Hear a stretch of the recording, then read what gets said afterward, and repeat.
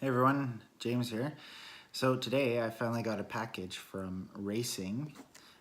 It's my new shift knob. I haven't opened yet. I'm very excited to see it. So there's the package right there. All right, let's just flip this around. Let's open this up. So comes with a manual. Oh, look at that, fancy. I don't know what that is. Oh, it comes nicely packaged. So this is the adapter for specific shifter, shift boot retainer that I'm going to be showing how to install after. This looks like a tie wrap for the shift boot retainer.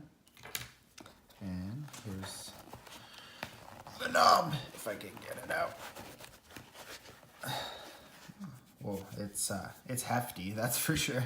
All right, let's open this up. So nice that it comes in a package. Wow, look at that. Holy smokes. That is nice. Oh, it's hefty, that's for sure. It's supposed to be 475 grams. Let me try with my right hand, my shifter hand.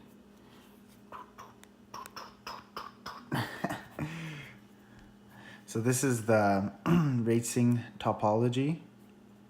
I had it custom made with this red translucent finish. And it has this Delrin cover on it. In like a cone shape almost. You can also get it in a sphere shape.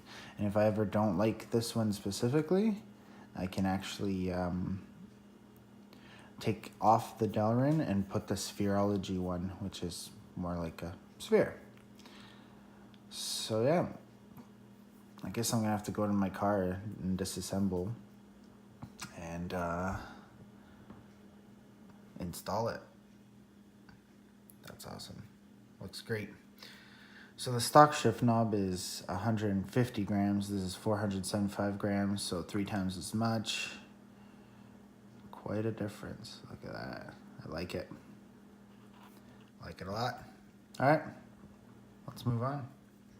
So for installation, first thing we do, we need to get the boot retainer off. So grab a pry tool or a screwdriver that's been covered and wedge under here and pop it down. All right, next thing, you might have to counteract this thing, and yeah, I'm gonna have to counteract it. So I can't do this 2 hands, but grab it, twist them the opposite way. There we go, I got them loose. There's the 2 shift knobs side by side. All right, next we're gonna take this black piece off the bolt. Right, now that that's off, we're gonna use a pry tool and pry this panel on the side and at the top here on both sides. That should be able to help us take this whole assembly off so that we can get to the underside of the shift boot, so we can get a proper retainer for the new shift knob so we can install it. Now that we got that trim off, there's 4 screws. 1, 2, 3, and 4 on that side. Unscrew those and this thing will come out. You got those screws out, give it a good tug, and you gotta unplug all your plugs basically to take it off, right? So there should be plugs on both sides that you just need to take out. All right, success. This is a good time to probably clean it off, or if you're switching your boot, switch it out now. What we're gonna do is invert it, get rid of the original retainer, and put on a new one. You'll see there's a tie wrap, cut it, and then basically install the new retainer exactly the same. That's how the new retainer looks after I've installed it.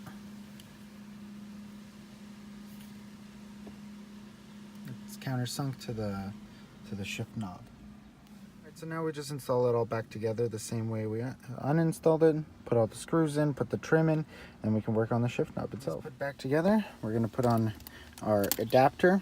I think the screw at the top is like final shift knob like adjustment to fine tune it. So put it on, tighten it with this bolt, and then we can screw on our shift knob. And then this will cup into the bottom of the shift knob. And that's it. Tuck the shift boot in, got it all set up and lined up.